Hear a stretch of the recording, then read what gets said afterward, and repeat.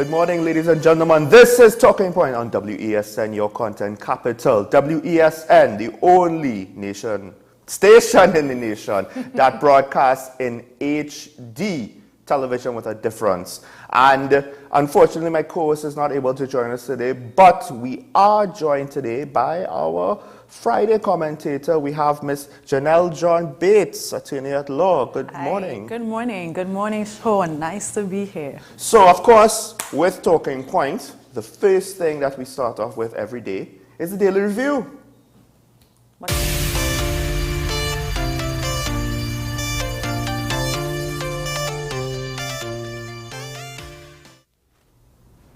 So, of course, one of the biggest things that happened, well, I shouldn't say biggest things, because first of all, just the trend is it's not that big of a deal. It tends to blow over.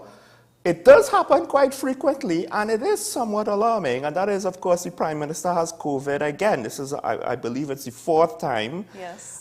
It to some extent, doesn't necessarily surprise me that he got it, because, again, he was traveling, and I've been telling viewers, be careful about traveling because, you know, airplanes, international airports, those are areas where it's easy to get it. But Prime Minister is not necessarily a young man. He looks healthy, yes, but we've seen much younger people, maybe not necessarily as healthy looking as him, but much younger people succumb to COVID.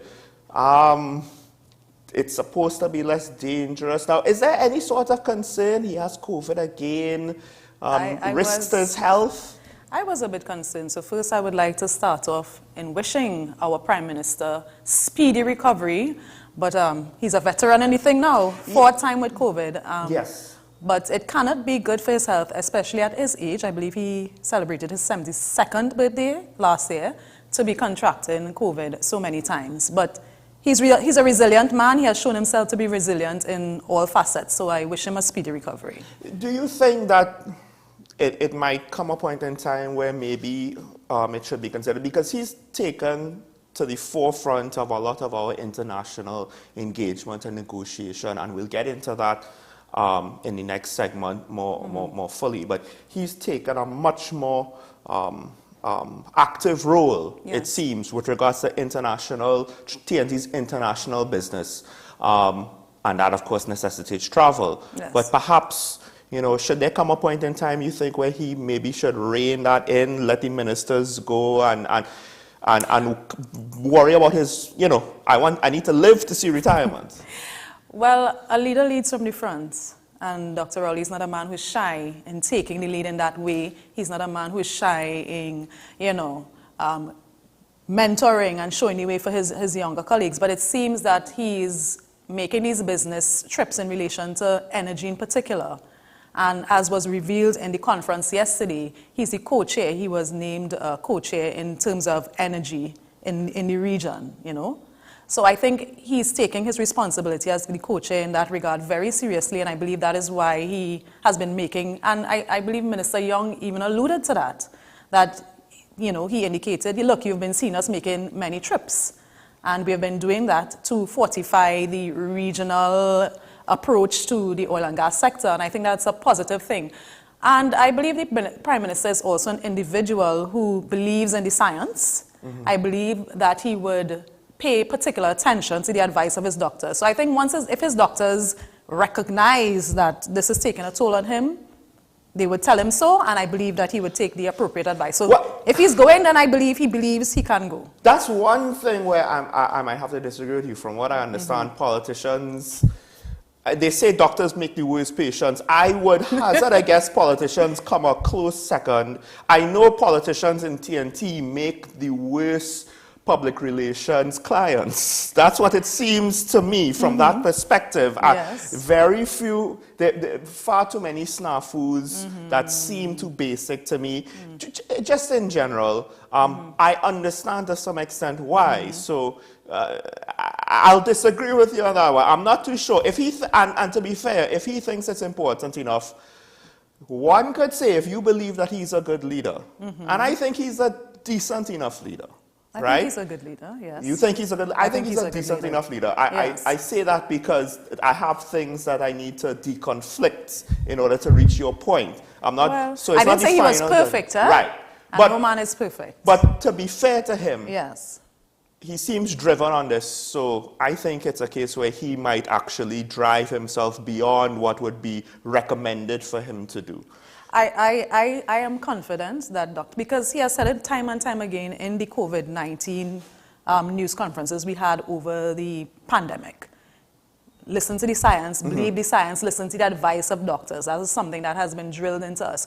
Don't go on your own volition, stop buying into Google doctors, listen to the doctors. So I think he's a man who would also listen to the advice he has given to us, that he would listen to his doctor and make the appropriate changes to his schedule as required. One thing though, as much as they keep telling us to wear a mask, he's the one person at press conferences that tends to not be masked. But with that said, I do agree with you with regards to the science. The science does say that with regards to COVID, yes. he should be okay. Yes. So I actually have more concerns about how is his health in general, right. but they haven't told us. So at some point, speculation is not really worth anything. As much as I have heard rumors and concerns. I have not. So I wish our Prime Minister the absolute he best. He seems to still be able to do his job, unlike yes. a certain head of state in a different country that's very big and prominent. Okay. But and I wanted to commend him and Minister Young and Minister Dr. Amy Brown for, in the height of the carnival season, going on these many trips to promote Trinidad, promote regional. The regional oil and gas industry. I think that's commendable. Well, don't rush it. Don't rush it. Before we get into that, we have our next topic that we wanted to get into at the top of the show is, of course, the issue of the public health issue of crime, which is something of a new concept, it seems. Technically speaking, traditionally speaking, when you speak about public health, what you're really speaking about traditionally is a medical issue, right? COVID is a public health issue. Right. Cholera outbreaks would be a public health issue, Ebola, etc., measles, or what have you. One could argue NCD, so it's not necessarily with regards to contagious diseases, but I think at some point NCDs and how prevalent they were. And I think even out of COVID now, there's concerns about, high propensity of obesity and diabetes and heart issues and comorbidities, right, in TNT. But now, crime as a public health issue. And the government is, well, they're saying it's their intention to declare violent crime as a public health issue because of how widespread violence is as a society. Is this something that on a technical level we should be all for? Because to me, as a communicator, it seems like, well, it's a buzzword term that might be a dog whistle. Be afraid, but don't be too afraid, because when we're ready, we're going to say everything is fine. I don't see it as a dog whistle, because the phrase crime as a public health issue, it may be new to us, perhaps, but it's not really necessarily new. When I was looking at it, I see it was something that CARICOM would have mentioned a couple of years ago, and it's something that the Prime Minister spoke about on other occasions. So crime as a public health issue, I don't see it as something that is being used to scare the public.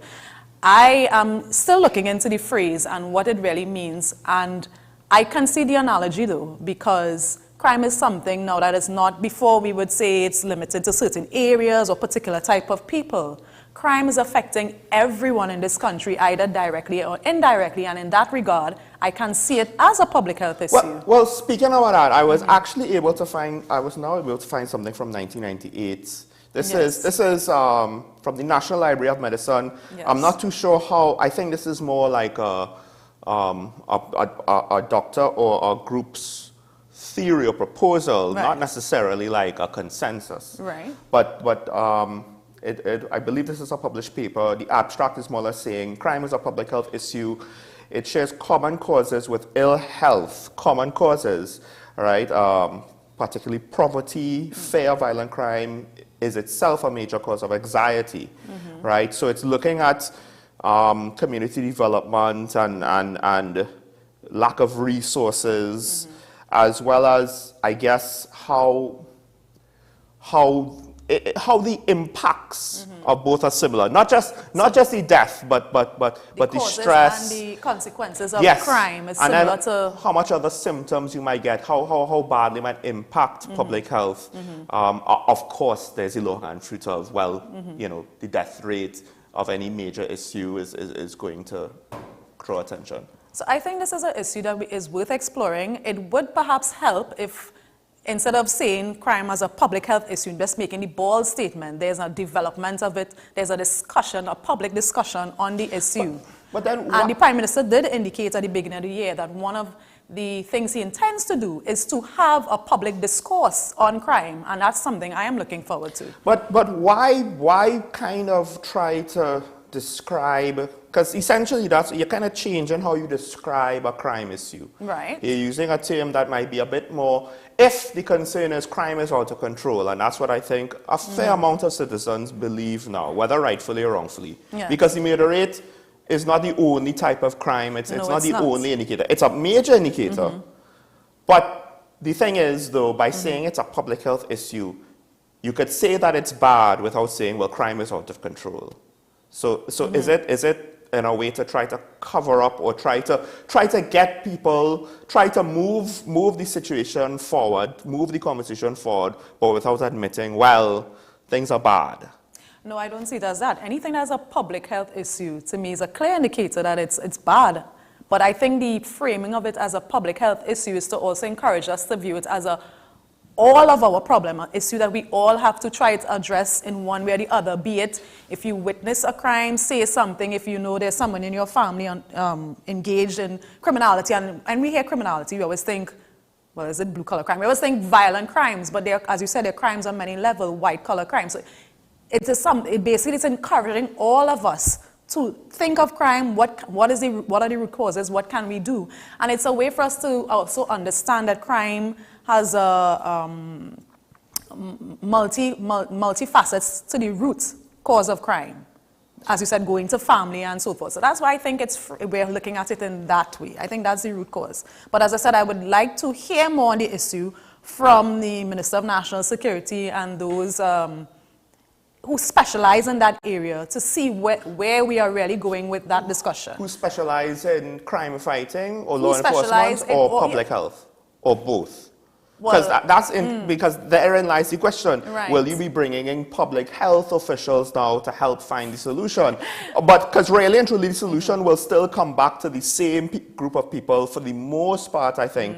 To me, the crime is a public health issue. The main value that I see, or the only real value that I see, is to deal more with the fallout, to have a better understanding of the victims are not just, well, okay, somebody was killed, somebody was wounded, somebody has PTSD or was traumatized because they were direct victims. What about the neighbor of the victim? It was like, my neighbor just got killed.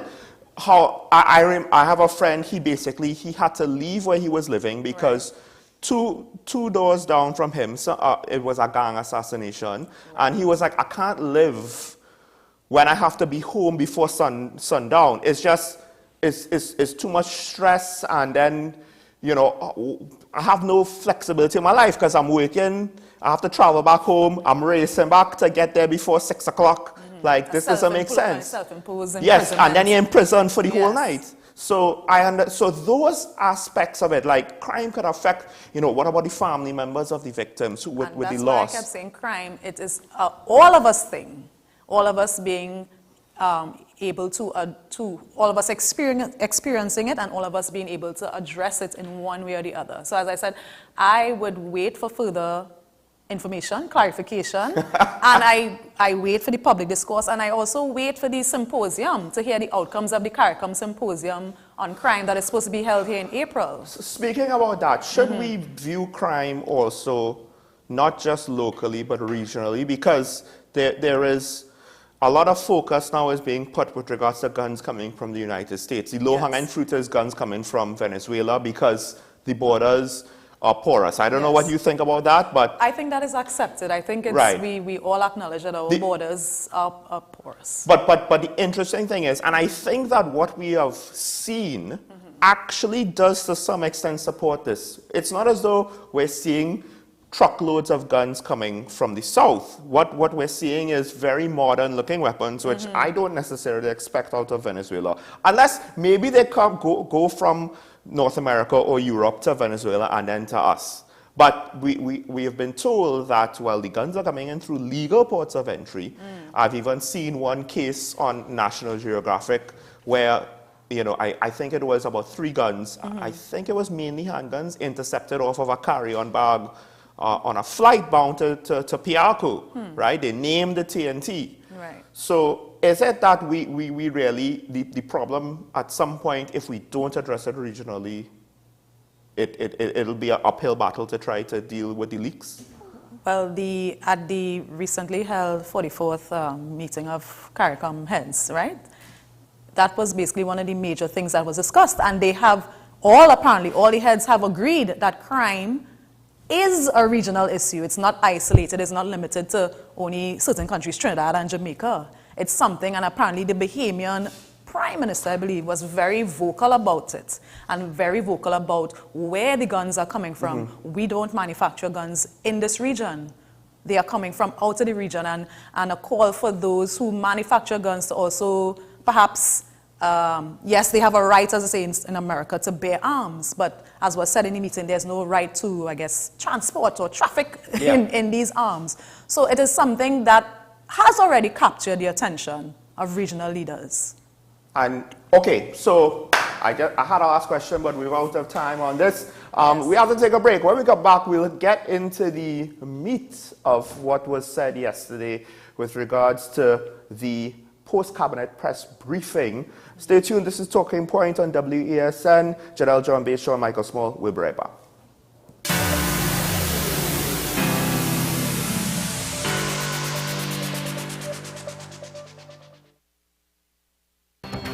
The issue, the continued rise in the price of flour and its impact on the cost of living in Trinidad and Tobago. How should we go about it? I want to ask you, what has been revealed to you about the state of vulnerability in the country because of this exercise and because of what we're going through? Is the government losing the war on the vaccine front? The discussion should revolve around the common good for the greatest number of people in Trinidad and Tobago. How do we inculcate a sense of respect and regard for people who may not be of your own political ilk or persuasion? The communities are now being used by political opportunists. So when the tables are turned, it's the same way.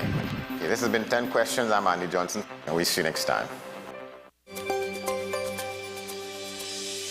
1 in 8 women will be diagnosed with breast cancer in her lifetime. A genetic type of hereditary as well, breast cancer, Right. which is due to abnormality in the genes. People are born with that abnormality in the gene, and they have that predisposition to developing cancer at an early age. And a mom and a sister and a strong genetic component in my family for breast cancer. Should I start screening in my 20s? What's up, Doc? Every Tuesday and Thursday on WESN, Content Capital. With society plagued by a host of issues, with debates surrounding our urgent concerns falling short, with questions of our future not always being answered. The conversation continues.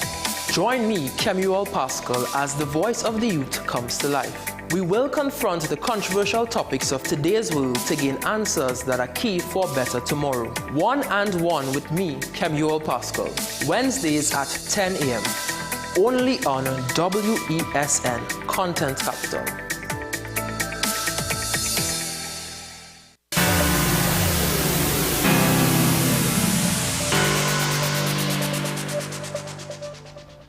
This is Talking Point on WSN, your content capital. Sean Michael Small with Janelle John Bates. And now for this segment, we'll be going to some of the comments that the Minister of Energy gave us at the post-cabinet press briefing. Energy, of course, is an interesting topic here on Talking Point because yesterday, Karen and I were discussing, well, the reduced prices to some extent, surprisingly low energy prices, given the fact that the conditions, the global conditions, have not necessarily changed. And we were speculating a bit of what it means for TNT's future, because the revenues might not be what we were expecting, even in the short term. However, it seems as though the government is very, very confident about the energy sector. So we have a short clip to summarize what the minister had to say. Let's listen to cue this.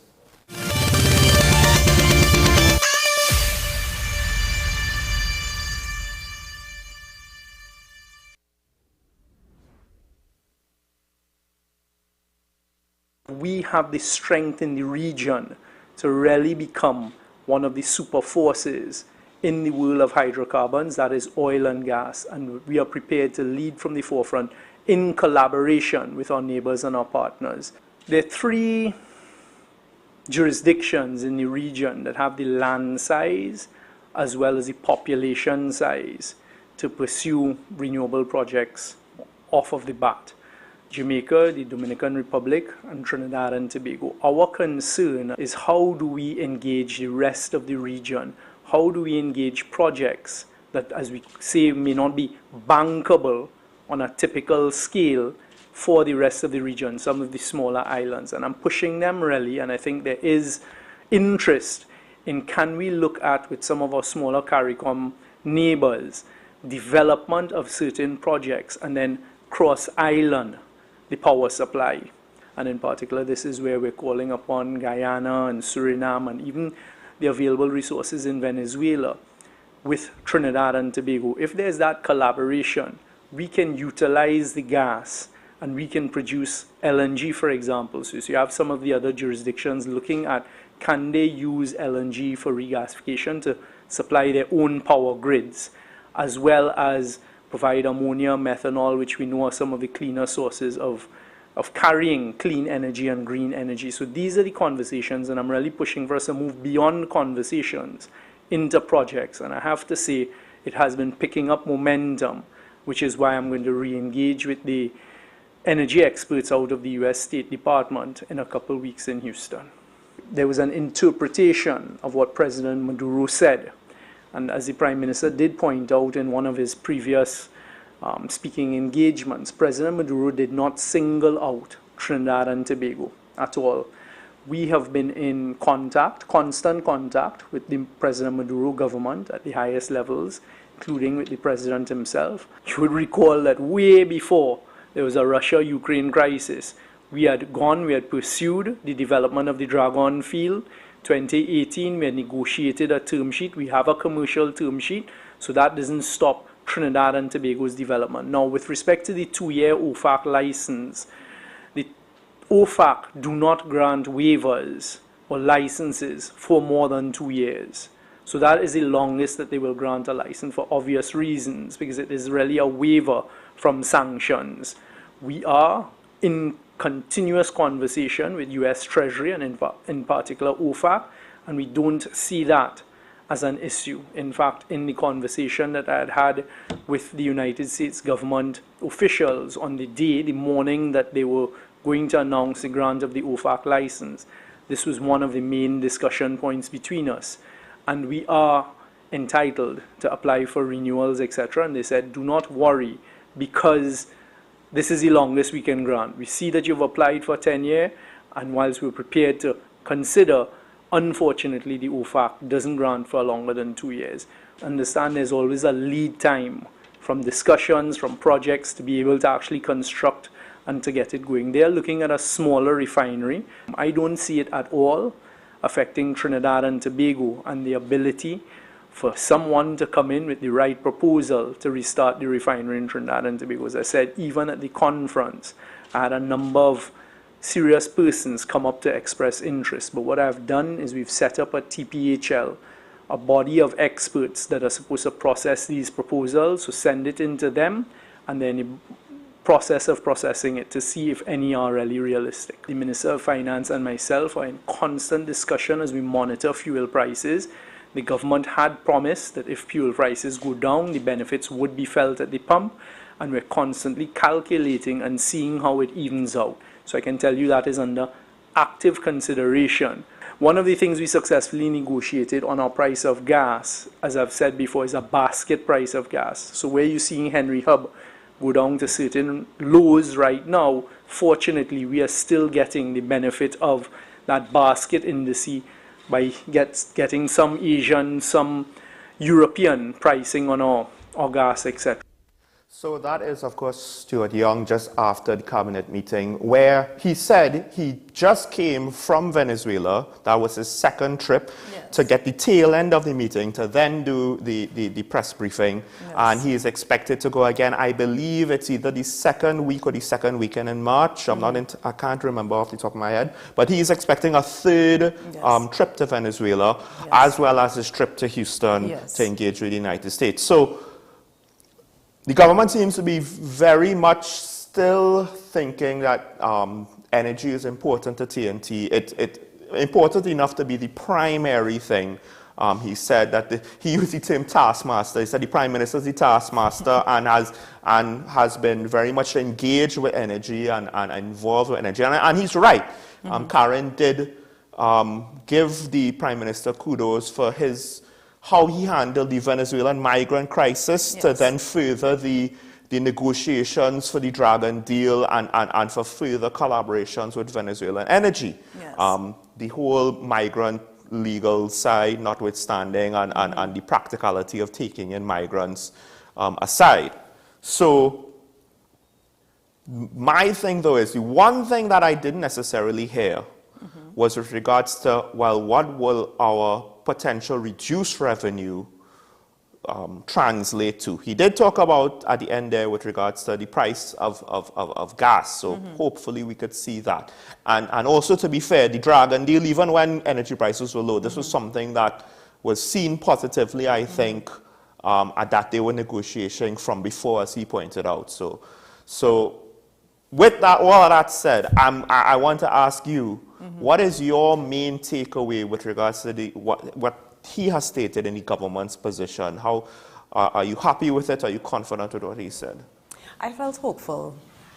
I felt hopeful because I can see that the Prime Minister, the Minister of Energy have been pushing. They have been doing all that is necessary to get out there, to promote Trinidad, to promote the regional development of the oil and gas industry.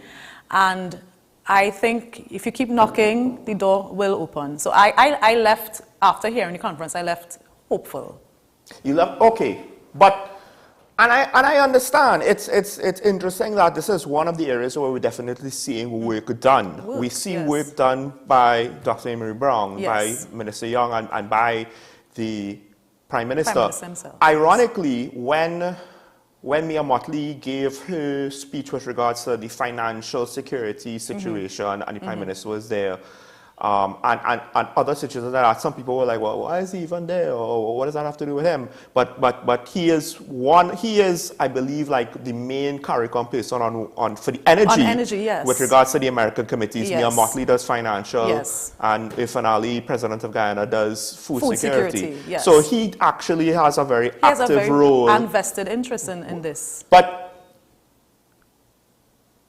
TNT, it seems as though we want to position ourselves as a leader in the region. We want to position, aren't we? We are. I would say we are the leader in this region as it relates to oil and gas. Is it due to our expertise, do you say, our experience? It is due to our experience and expertise. Most of the other Caribbean countries did not rely on oil and gas as their main economic driver.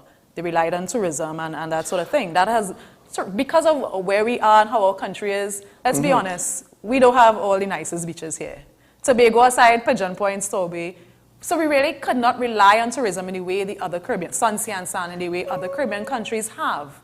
So we have focused mainly on the oil and gas industry. Yes, I believe in diversification, and I do believe it's time for us, given all that is going on in the oil and gas industry. I mean, our refinery is currently mothballed. We need to really seriously, actively pursue diversification, but we also need to recognize that we have the expertise here, and even if maybe the refinery doesn't get up and running, we can promote our people, our The knowledge. Yes. We could promote ourselves as the knowledge base. To be fair, I have heard that you can't go on an oil rig around the world and not find at least one Trinidadian. I know some Trinidadians who've worked in Africa personally and other places. Right. So, but I'll leave the regional talk aside. With regards to the refinery, I just so is it that you're not necessarily too hopeful that we will get a sale? At this juncture, I'm going to base my hopes on what the minister said, because I don't see any reason to doubt what he's saying. He's saying that many interested persons have come up to him at that conference and otherwise, and I can see that the government is pushing. So I'm hopeful still. As I said, there's nothing to make me not be hopeful, to be hopeless about the situation. The irony of the situation is that given the track record of politics in the country, because I do like to culture the fact that I'm not just judging it based on the party alone, but just trends that are observable beyond one administration. Okay. Right? I could see where, yes, you know, we have hopes, but the hopes don't work out. However, with energy, we seem to be a little bit more successful than the average. Yes. Right? But I will say this, so I could see where offers are being made. Yes. Right? And they might be serious offers. They might be probing offers. They might be offers similar to what came from the OWTU. How serious you want to take that offer? Because I am of two minds with regards to how serious that offer was, to be fair.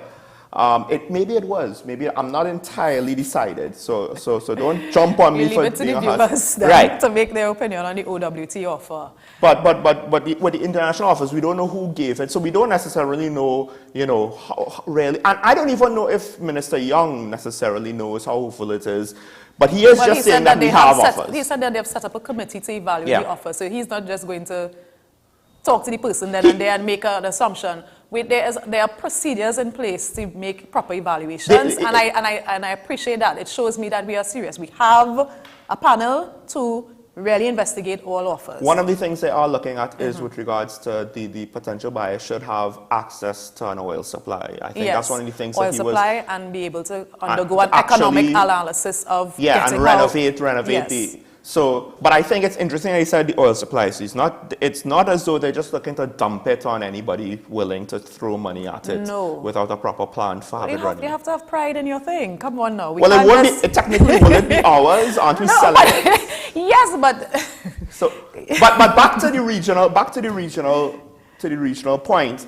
I get it that, okay, we have the experience. Guyana has the resources now, but they still don't necessarily have the experience. Still nascent, right. And of course, there might be finds in Barbados and Grenada, but again, all of that's in its infancy, relatively speaking. And then we also have to think about size. That was something that was mentioned. It was mentioned in relation to renewable, to other sources of energy, but I think it applies. But there's also the fact that at some point, and I think this is something, it might not be sooner rather than later, it might be later rather than sooner, ironically. It's the first time I've used the phrase that way. But renewables is something that we will eventually probably have to use, because fossil fuels will dry up. Now it might be well beyond our lifetime when the last ounce of gas is done. But it's something, especially for the Caribbean, because it's not as though we have the land space in the region, and perhaps this is where we're seeing the forward-thinking aspects from the regional leaders. But my thing is, and I get it, I actually wondered how easy it would be to set up distribution between the islands, because of course the distance is going to make it expensive. You know, you have the sea, it's not just over land. But I mean, there have been, things have been, okay, yes, there's sea and we're spread apart, but think of continents. I understand where distribution I of various... But remember, the US has a lot more resources than us. My thing is, being a leader, in the past, TNT was a leader because we were willing to use our resources to get certain initiatives done. Will we necessarily have that, or will we be trying to lead but having to find and source resources? But you see, the approach now is very collaborative. We're seeing that. It's not just TNT leading because we have the financial wherewithal. We're leading because of experience, but now we're also collaborating with others, getting their viewpoint, and really pushing Federation again, if you want to say. And hopefully one doesn't pull out and leave naught this time. We have more than 10 this time. So if one pulls out, it won't be zero. So, and to be fair, it seems as though I'm very encouraged by both our leadership in diplomacy, seeking to go after regional integration on certain issues, but also Guyana's president as well. Because it could be very easy for him to be like, well, it's our time to exploit our wealth and to shine, and we don't really need to worry about anybody. But I think perhaps he himself is also learning, okay, what about, we need to look beyond the now and the short term, as well as the fact that... as we can see, it may be your time today, but somebody else's time tomorrow. And I think we're really understanding the strength in numbers. Well, not just that. I also think the volatility of energy prices. Volatility, yes. But quick last thing. Right. Diversification. Yes. You said that you think now is the time that we really should... I think the time has been a while ago, The time has been a while ago. Let me ask the question in a different way. We know that Amy Brown, of course, he's foreign affairs. So we don't expect him to lead diversification. The Minister of Energy, of course, is going to deal with the energy sector. The Prime Minister has decided to make this a priority. And again, to be fair, this is in the immediate term where the most bang for a buck probably will come from. Is part of the reason why we have an issue diversifying because we don't have enough ministers to do work? Because I would not say that we have a problem with diversification, because I think I don't believe it's something we have. When I say have a problem, it is not something we are not pursuing or something we're not interested in. I don't think if you look at it, but have we actually pursued it? I think we're pursuing it, but I think, of course, oil and gas has been at the forefront of our minds. So what I am just calling for is maybe a slight, not keep oil and gas there, yes, but also let's see how we can look at what other facets, what else Trinidad and Tobago has to offer the world. Is there any one industry or two industries? Because to me, it's agriculture and tourism.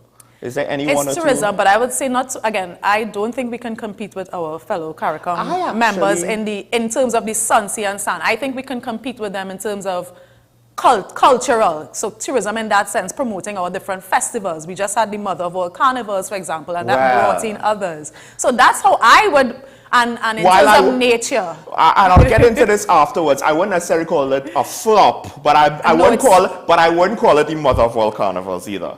Right? Maybe the reintroduction to carnival, sure. But I'll actually disagree with you. I think to some extent we can compete with tourism with regards to sun, sea, and sand.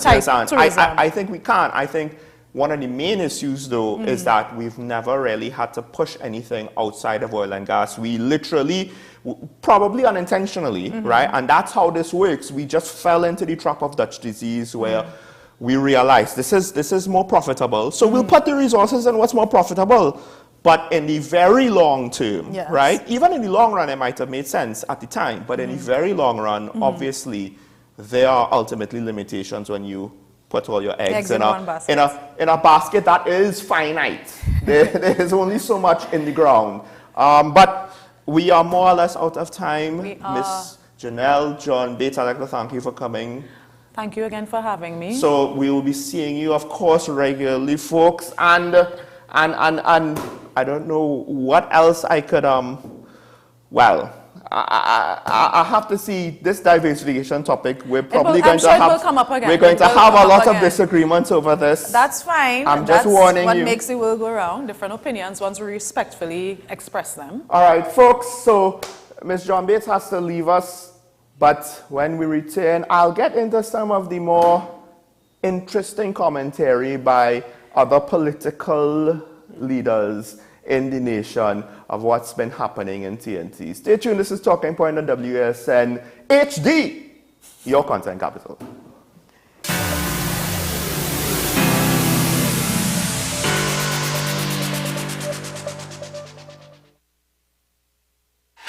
FanZone, your reliable, authentic supplier, has just gotten better. You can now visit our website www.fanzonett.com for your authentic wear and collectibles. The only place where you can use both your Visa debit and credit cards. Visit our website fanzonett.com to make your purchase today. The best birthday gifts are at dbesttoys.com.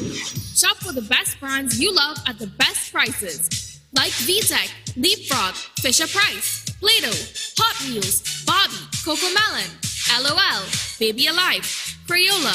Visit us in-store at Forces Flagship MacBean. Shop online now at dbesttoys.com. Order via call or WhatsApp at 32DBEST to order. And remember, we have the best toys at the best prices.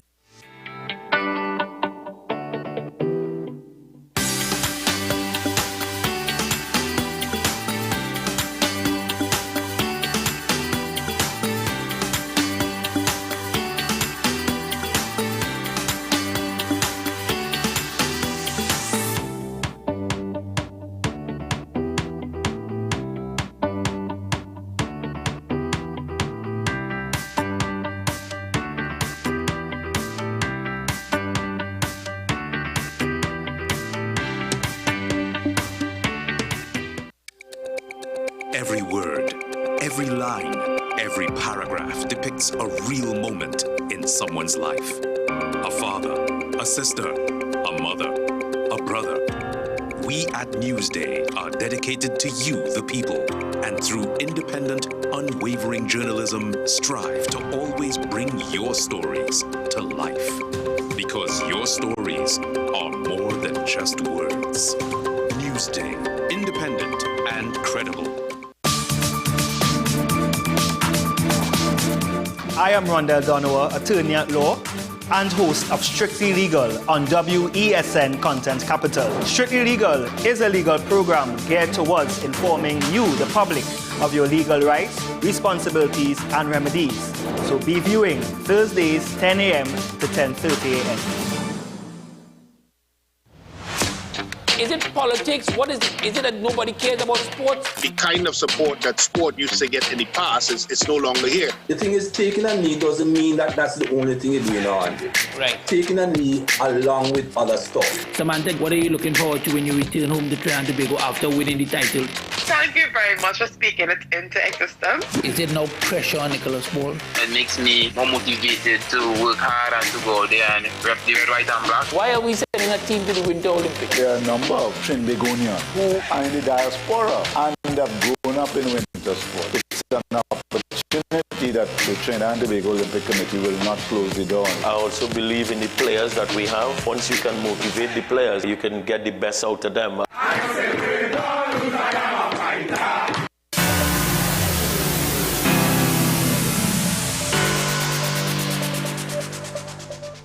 Welcome back to Talking White Folks. And to close out the hour, I thought I will touch on some of the commentary that we have gotten from the other political corners of the country. Of course, we heard from the Minister of National Security and the Mayor of Port of Spain, Carnival safe and Carnival success, and from the end, and from the various stakeholders. And of course, we've heard some complaints from people with regards to the volume and the music trucks and Legacies was cut off by another band, and the organization of the whole situation has been, there have been some questions, some big, some small. But we've gotten some commentary now from others in the political sphere. So as I alluded to with our contributor, Mrs. John Bates, the mother of all carnivals, well, the opposition party, an opposition member, MP Michelle Benjamin, she has more or less said, well, no, it's the mother of all flops. And I get it, because I myself am disappointed with regards to, well, in a very, very, very minor way, because I didn't necessarily, it's not as though like I really needed for this carnival to be grand, right? But of course, Gypsy used the phrase coined by then Attorney General, now Minister of Local Government, Faris Awari, mother of all carnivals. Who told him to use that phrase? I don't know. I understand that, realistically speaking, it's reasonable, right, to be prepared, because there's a chance that you will get a lot of people on the road Monday and Tuesday. And that's what I thought the mother of all carnivals generally was referencing to. As it turned out, with regards to Monday and Tuesday, with regards to people on the road, I think it was about average. So to say it was the mother of all flops, I don't know if I agree with that. And I get it, it's the opposition, they need to oppose, but why does it have to be that all I could do, and to be fair, this is something endemic with regards to politics in the nation, but ironically, as much as the government is in power, so we criticize their policies because they're the only one really giving us policies to criticize.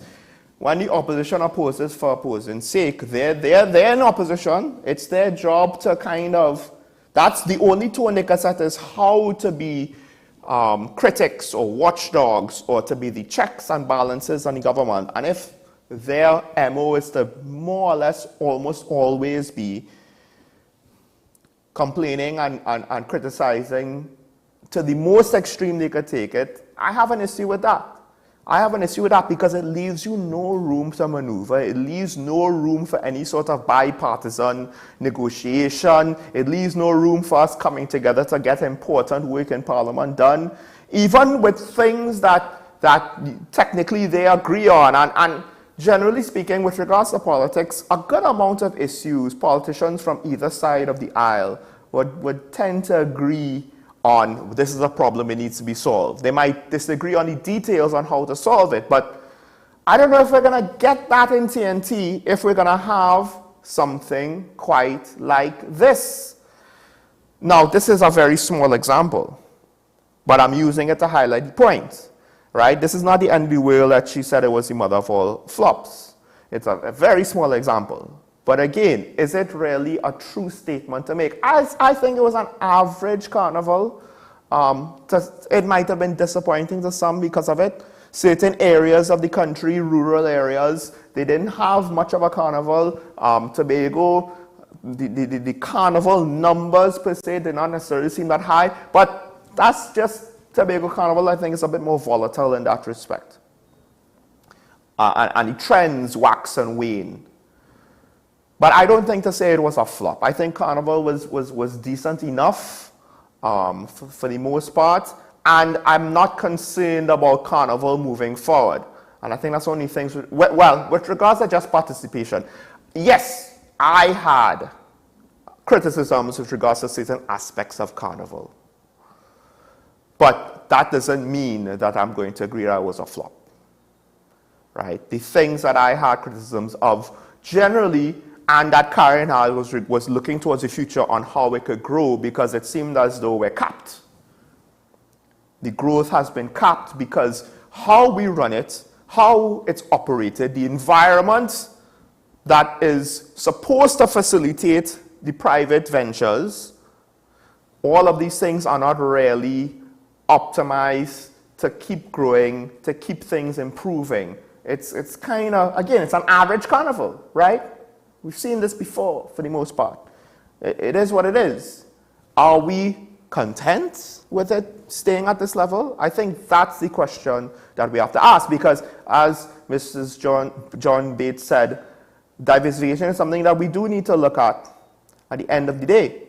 And perhaps Guyana's stance on regional cooperation is an indicator of that. Guyana seems to be, or at least its government seems to be forward-thinking enough to say, well, look, yeah, we get money now. We could bank, well, maybe not exactly right now. In about 5 years, 10 years, money will flow once, all of these oil deals. I mean, they already started, but money will progressively get even more and more and more. We're solid for the next 10, 20, 30 years. But look at TNT. We were solid until we weren't. And instead of spending money on capital investment, we spent a lot of money on variable costs, unsustainable costs. Carnival is one aspect of an area that we have right now. We don't have to start from scratch for diversification. Moving on, Gary Griffith said, no, Carnival was not safe. Just look at Carnival weekend. 9 murders, stabbings, shootings. A foreign visitor, I believe, got shot in the leg. He doesn't want to describe it as a safe carnival. My thing is, though, and this is where it's interesting, how do you define carnival? Is it Carnival Monday and Tuesday, or is it the week before Carnival and Carnival Monday and Tuesday, or is it the season when soca is played on the radio, which potentially starts from Boxing Day, or is it when fetes and band launches start from since July, August the year before? When is it Carnival? Right? What is the time frame to say it's a safe Carnival? To some extent, I don't know if it's necessarily fair with regards to defining the entire season from of any long period of time, from either the launch of Carnival bands or Boxing Day when soca more or less starts to take over the airwaves. I don't know if it's fair. The flip side to that, of course, is a foreign visitor was injured. But, and I hate to say this might seem that I'm splitting hairs here, but to what extent was the crime directly attributed or related to Carnival?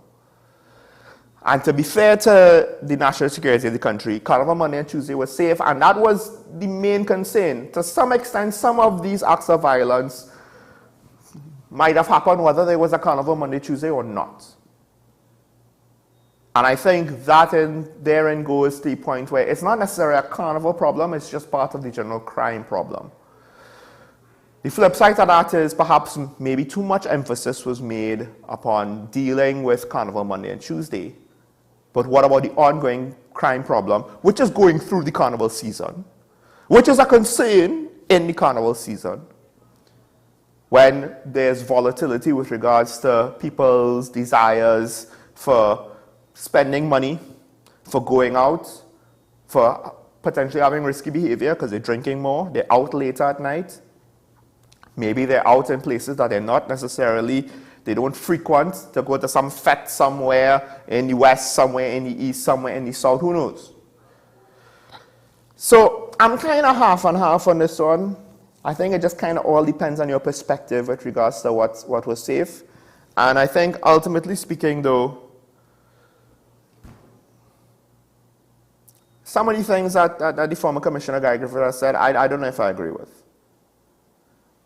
But the flip side is, even if everything he says is wrong, that doesn't necessarily mean that crime in this country is fine or okay. But that's the thing with politics and political messaging and communication. Semantics does matter. And this is a point where he's using it as an avenue to attack the government. I understand it. I understand why he wants to do it. I don't necessarily know if it's accurate, so I don't necessarily know if it's completely fair. Maybe I'm just wishing he phrased or he communicated his point or he changed his message. He tweeted to be a bit more accurate for my sake. And maybe I'm nitpicking, most of you are not going to care. Last thing, the tourism minister, interesting enough, he did point out to the fact that there have been less arrivals from flights internationally for this carnival season. Interesting thing to say, interesting thing to admit. It's unfortunate. Possibly part of the contributors why this carnival felt somewhat average. Maybe it was below average, if we take this into consideration. Again, will we get proper data? But I'll just say this. He did point out to the fact, this is Minister of Tourism, and he made this statement, that flights internationally are kind of suppressed because of pandemic recovery and the state of the global economy. And to some extent, that is true. So we do have to take that into consideration. For the most part, I'm willing to take that because we've kind of seen it. He's even said Carl's operations it's been retracted. Even the air bridge to Tobago is not what it was. The airline industry, I know that the airline industry is a volatile industry. And it's very easy for an airline to potentially go out of business because their margins are so slim. And at times, and a lot of our flights, let's be real, when we have peak travel, the peak travel tends to be one way. And one-way travel, whether it's the air bridge or whether it's international, is a good way to lose money. So we do have to be fair with regards to that. But with that said, what we're going to do to fix it.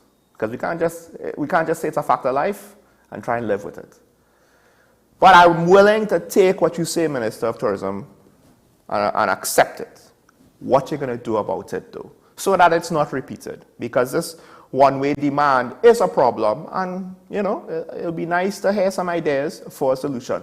Folks, we have to break for news. When we come back, I'll open up the phone lines. Last chance for the week to call in on Talking Point. Let me hear what you have to say. Are you hopeful with regards to our economy and our energy industries and situation? We'll get into that and more when we come back after news on the hour on WSN, your content capital.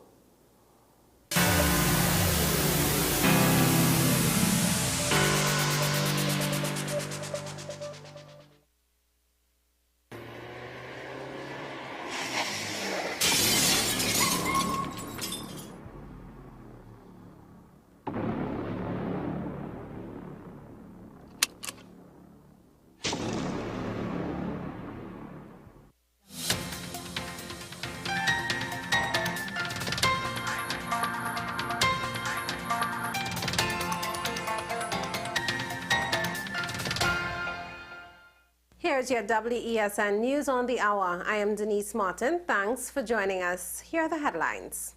Rio Claro man in court for double murder. Crime symposium in April. Lost Tribe wins Band of the Year. And internationally, Ohio toxic train crash killed nearly 45,000 animals. Now for the details. A 49-year-old man has appeared in court charged with the murders of Joseph Francis and Marlon Clark, which occurred on February 1st. Marvin Fletcher of Rio Claro was also charged with 2 counts of possession of firearm, ammunition, and shooting with intent to endanger life when he appeared before the Rio Claro Magistrates Court. Francis and Clark, both of Rio Claro, were passengers in a vehicle when they observed another man standing along the roadway. Francis allegedly exited the vehicle and got into an altercation with the man, during which the man pulled out a firearm and shot the victim several times about the body. The gunman then approached the vehicle and fired several shots at the other 2 men in the vehicle. Trinidad and Tobago is set to host a crime symposium.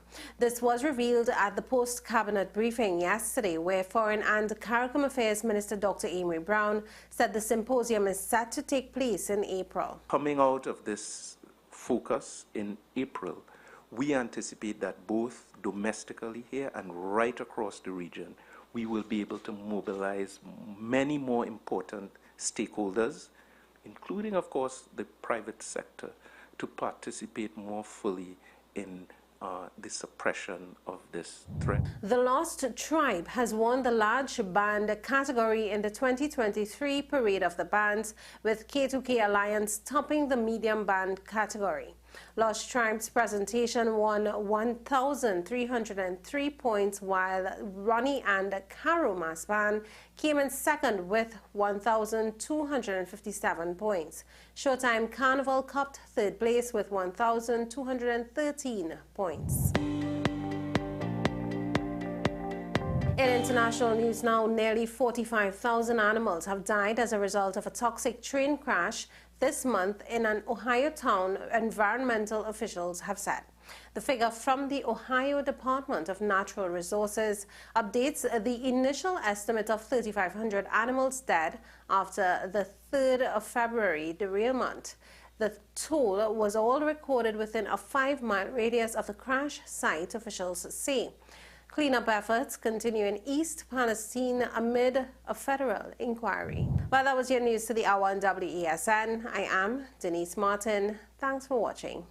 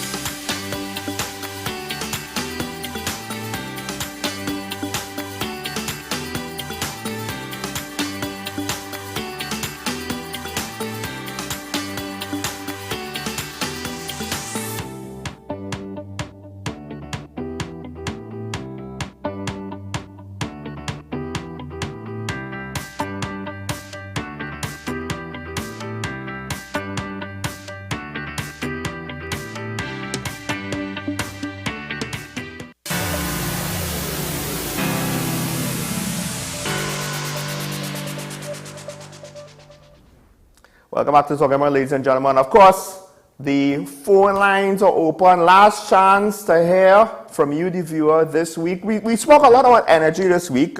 It wasn't necessarily planned that way. It's just how it unfolded. Of course, Carnival just happened. When I say this week, it was a short week. Carnival just happened. So I'm sure there might still be some of you that might want to get your 2 cents in with regards to Carnival. Call in now. Now is the time. Don't call in a couple of weeks from now. But joining me for the question and answer segment, he has barged his way in here. He has something to say, I believe, Mr. Louis Lee Singh. Good morning. Good morning to you, Sean, and good morning to our audiences, I wherever think they may be. I think you have something to say about Carnival and how it has ended up. But before we get into that, we do have a caller from Digger Martin. Let's take the caller. Good morning, caller. Hi, everyone. Good morning. Thanks. Sean, I too read the BBC article, and the reason that's important is because of something which I've mentioned before. Now, every civilized country is aware of the social determinants of health, which are quite basic, i.e., conditions under which people are born, live, work, learn, play, worship, and age. So these impact their health and well-being and, of course, quality of life. So you're looking at 6 things: safe housing and transport, neighborhoods, like you mentioned, your friends, racism, crime and violence, education, jobs, income. Where are we with that? Food and nutrition, of course, exercise, clean air, water, for heaven's sake, literacy and language. So the social determinants of health, that's just 6 of them, indicate the state of a country. Go figure. We're failing. Thanks. Bye-bye. I'll talk about Carnival another time because that's a huge, huge topic. Thanks. Bye. Well, call in early next week with that one so we could get that in before we get too far away from Carnival. We do have a caller on the line from San Fernando. San Fernando. Morning, gentlemen. Morning. Mr. Lee Singh. Nice seeing you. Same here. Nice hearing you. The first thing I have to comment on, Sean, hope you give me an extra minute this one, is Miss Bates, Mrs. Bates. I was very disappointed and she has to know that she's in the public domain now. When she spoke and when she said the minister is out there promoting Trinidad, she has to know, even though she lives on the island of Trinidad, she's a citizen of the country of Trinidad and Tobago. And when she's in the public domain, she needs to say Trinidad and Tobago. That is an issue that there's a pet peeve with me that Trinidadians need to get to start to do. That is the first issue. The second thing is, when you're talking about the public health issue, they want to have a symposium on crime as a public health issue. Crime is a law enforcement and judiciary issue that we have in Trinidad and Tobago. If they deal with those two, we will not have this so-called public health issue that they're coming to. And I understand the social aspects of what happens with people who are affected by crime. I was affected by crime, and I could understand the anxiety, the sleeplessness, and other things could go with it. But deal with those two, because presently, crime is winning the race against the police service. My last issue is with the Stuart Young talking about this regional.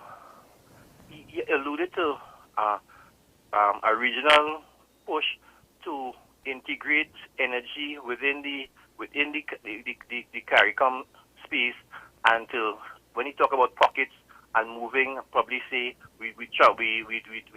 he was speaking about electricity systems, and that is what I gathered. Yes. Yes. Now let me say this on that electricity system.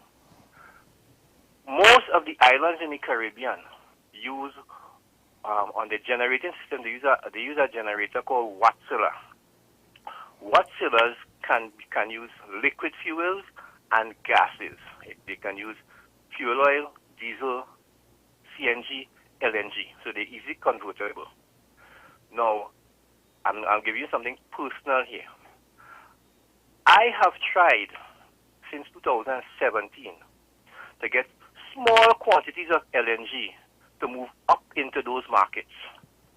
And the issue is the Atlantic LNG plant was not built for small-scale LNG, so they cannot load a ISO tank of LNG. They cannot. There needs to be a gasification unit that needs to put in a couple of pipelines and those sort of things. But it was not designed, it was only designed to load ships. Mm-hmm. So it cannot load small quantities. But the second thing is, and I had gone to Atlantic and spoken to the international marketing manager at the time. And let me say this. They do not, he said, they do not have any quantities available based on their client listing, how it's apportioned. The only people had capacity was the National Gas Company. Well, and Sean, I tried from 2017 to 2020. Quick wrap up call. With no avail with the National Gas Company because people there don't do their jobs. Yeah. Okay. So that is my issue with this thing. That he should make contact with us. This regional integration thing, it's good at the top, but it has to filter down. Right. I'll comment on that later, but we have a caller from Faizabad. But Sean, we'd like that gentleman to contact us off air so that we could perhaps better understand how we could speak to this issue. But yeah. Caller from Faizabad. Good morning.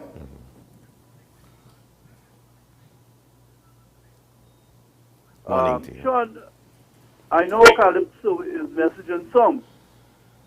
Yes. But coming from the Calypsonians, I think we have the best government in power because I have not heard one political commentary on United Dimashgra. On the other hand, I heard a lot of hallelujahs. I was expecting Mr. Benny Hinn or Pastor Dutton to pull down the curtain on Dimashgra. The other thing is that with regards to the oil find in Guyana, I don't think Exxon and Chevron would have invested and depended on our skill so much. So I don't know where the minister is going with this narrative. I agree that we'd be able to supply some skill, but I don't think they are very dependent on it. Whatever runoff we get, we must be thankful. Well, I'll just quickly say with that, yes, the companies will bring their expertise. Part of what we have is the experience of negotiating with the companies, and I'll just leave it there. We have a caller from Chaguanas. Good morning, caller. Morning, caller. Hello? I think it looks like we might have lost that call. All right, caller from Chaguanas, call back and we will try and take a call again. Hopefully, I'm not entirely sure what happened there because I believe I heard them switch to your line, but I didn't hear anything at all. So I don't know what's going on. In the lull, just to get some comments quick, the caller from San Fernando who you were speaking about and his opinion on regional integration. I think it just shows that this is where, as much as the private sector might try to do something, there will be limitations without the backing of the political will because there's too much control, especially with energy. So the logistics is not there. You need somebody at that level to kind of facilitate that, the lack of political will to get it done. But now that the government wants to get it done, there is probably a higher chance of the follow-through being there, of the implementation being there. I hear all of that. I want to pose a question this morning. Mm-hmm. Can there be carnival in Trinidad and Tobago without the National Carnival Commission and expenditure being funded by the state? By way of amplification. Let me just finish. Okay, well, I thought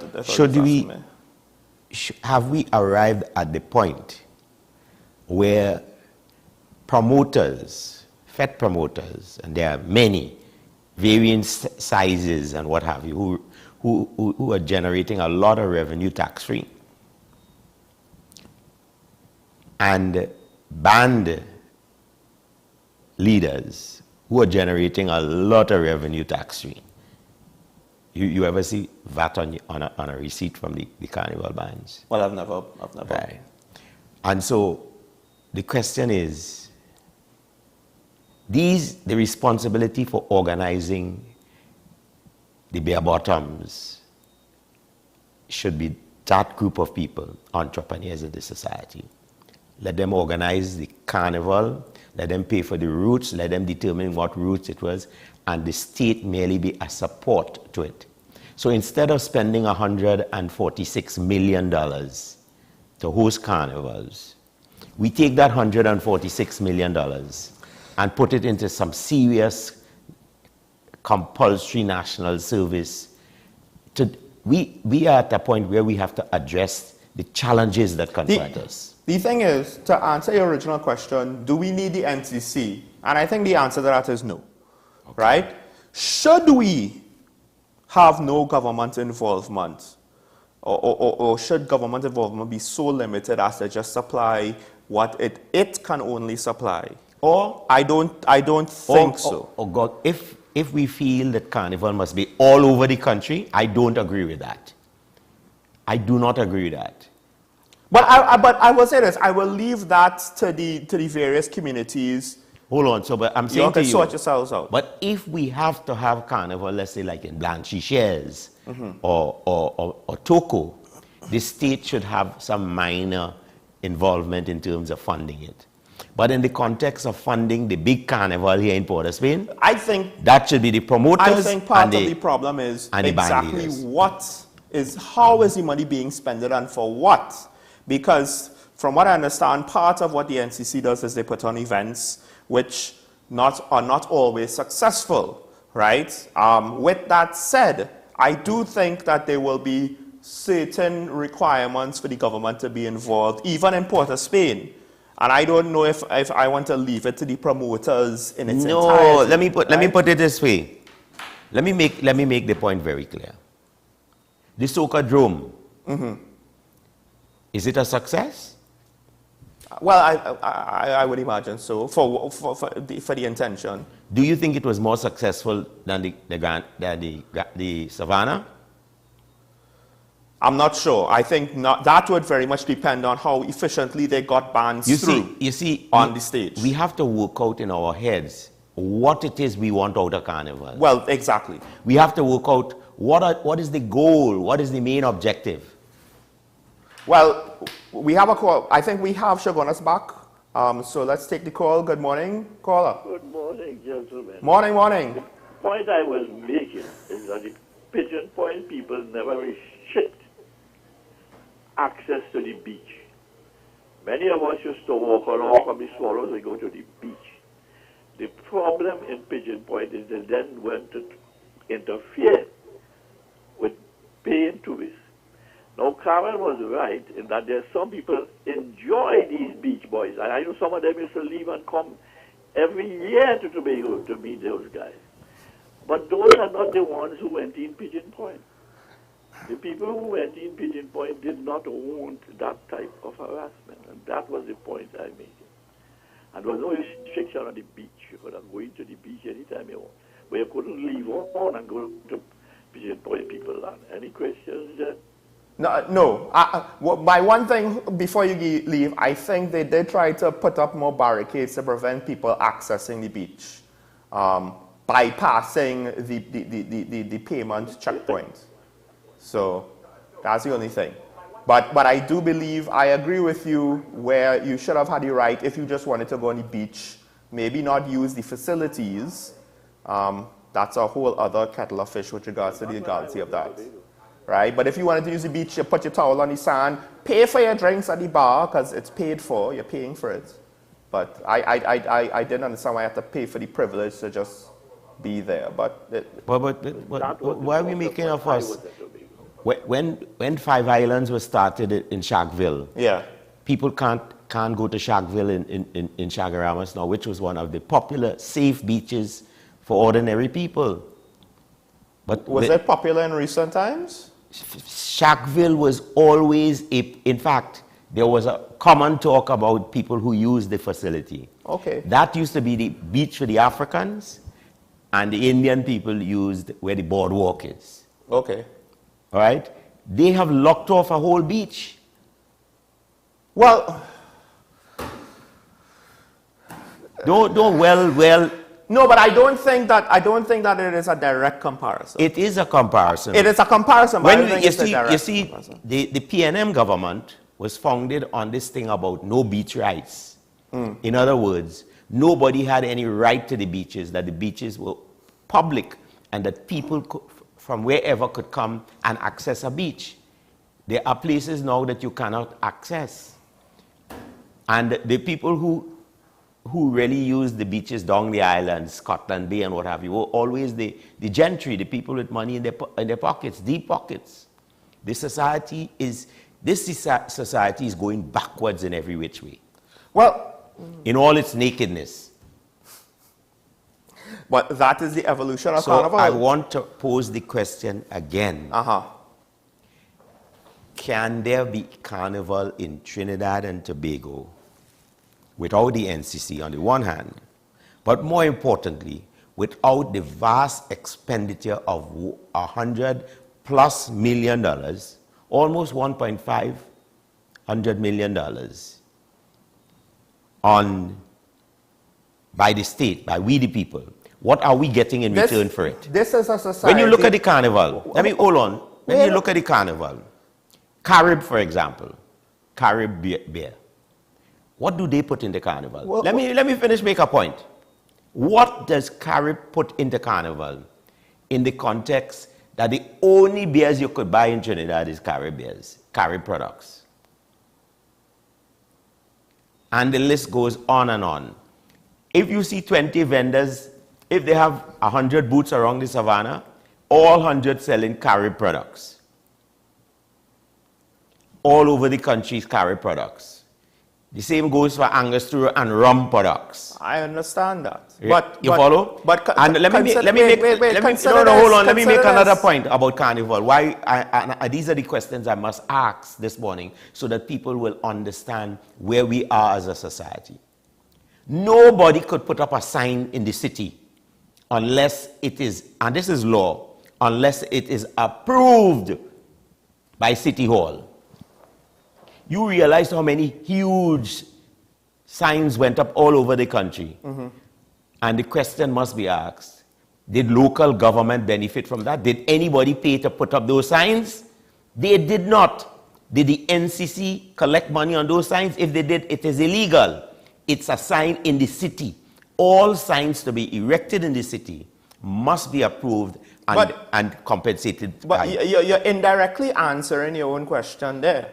Because the thing is, this is the catch-22. If you just said society is decaying, are we going to leave it up to an informal consensus? Because when you leave it up to the entrepreneurs, it's not as though the entrepreneurs... You're missing a point. Hold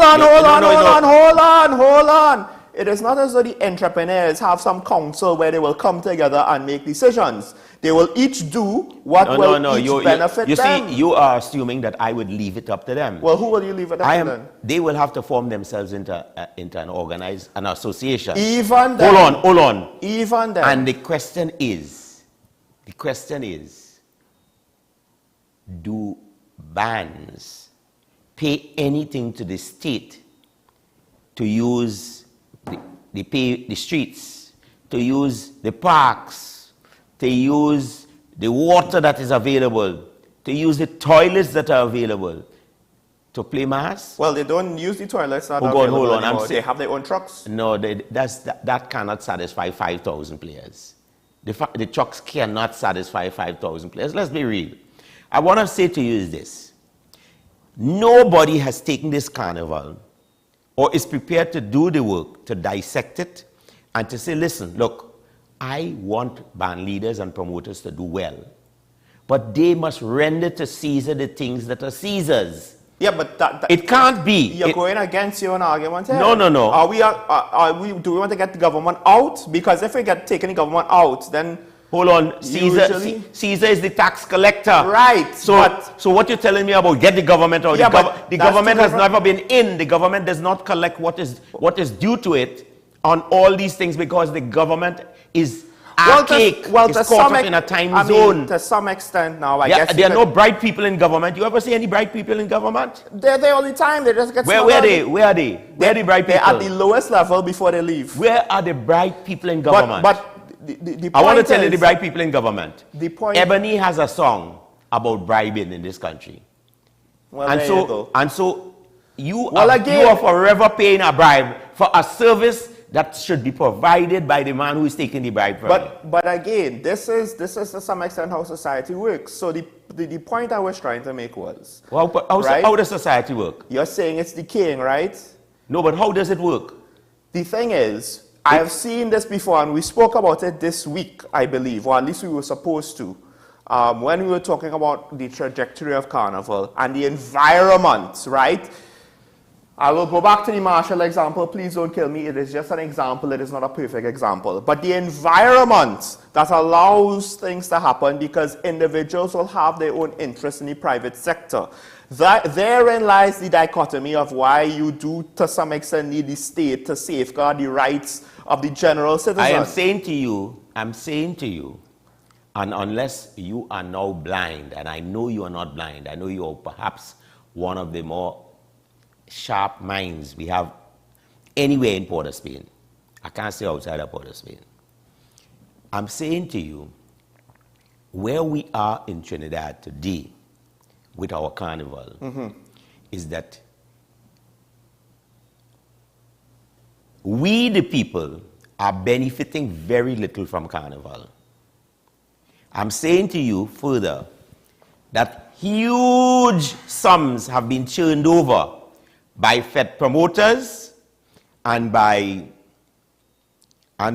band leaders, and very little has come to we the people. Well, some Fed promoters will say that, you know, the huge sums is not so simple. Lord, listen to me. They can say what they want. I have enough sense.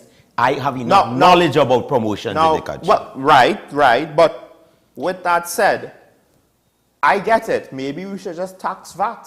No, I think I'm not entirely, but I think I'm not getting into that. This is not my assignment. But I am merely saying to you, I am pointing out to you that the question must be asked at this time: should the state continue to subsidize and fund carnival? And my thing is, I do think that the state will have to spend some money for carnival. The question is how much and how. Does it have to be $140-something million?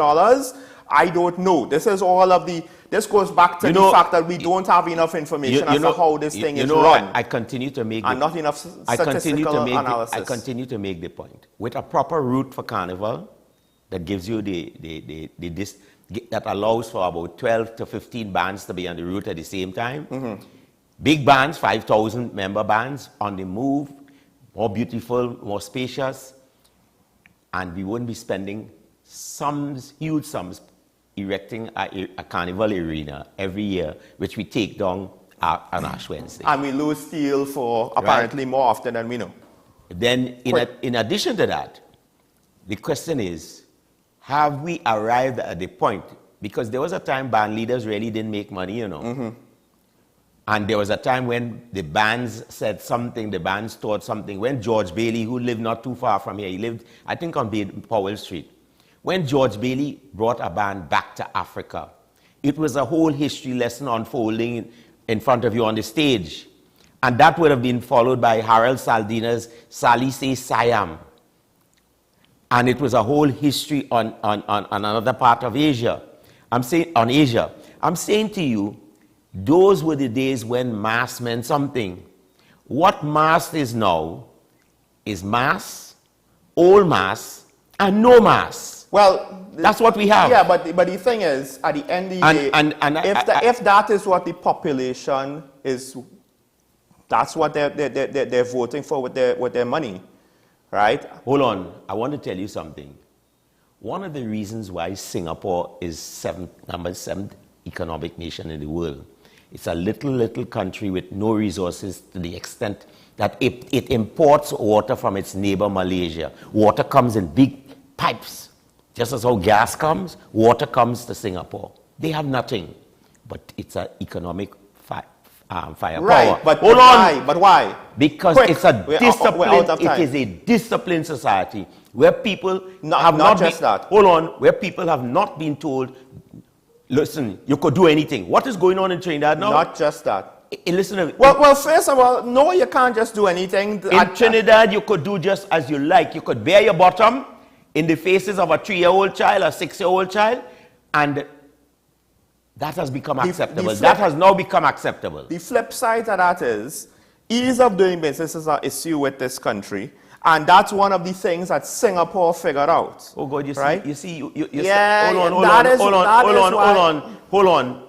That is just a small dot in what Singapore figured out. Singapore built its society on law and order. But you know what's law and order? Yeah. Did you see any law and order on the stages during the carnival? I didn't necessarily see any disorder on that level on the stages.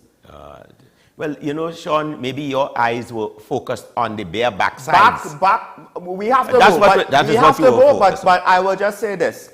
The government has to set up the environment for carnival. So the question is... Hold on. We have to close. So the question is... This is the last word. Will we continue to put money into carnival? It would have to, because you can't leave it up to the private ventures. Because you know why? I could set the Look what happened on Fantastic Friday. That's your last word? My last word is that we could set the rules of engagement and ensure that it is rigidly adhered to. That's spending money. That's spending money for carnival. Folks, we have to go. This has been Talking Point on WASN. We will see you next week. But let me just say this, as my co-host always says, today's a good day to have a good day and have a great weekend. But we have to make it so. Stay tuned. This is WSN HD. We have Andy Johnson coming up at 10, as well as Face of Sports later today. The only nation in the station broadcasting in HD, folks. Television with a difference. WSN. We will always be here for you, but Talking Point, we'll see you next week. And meaningful content.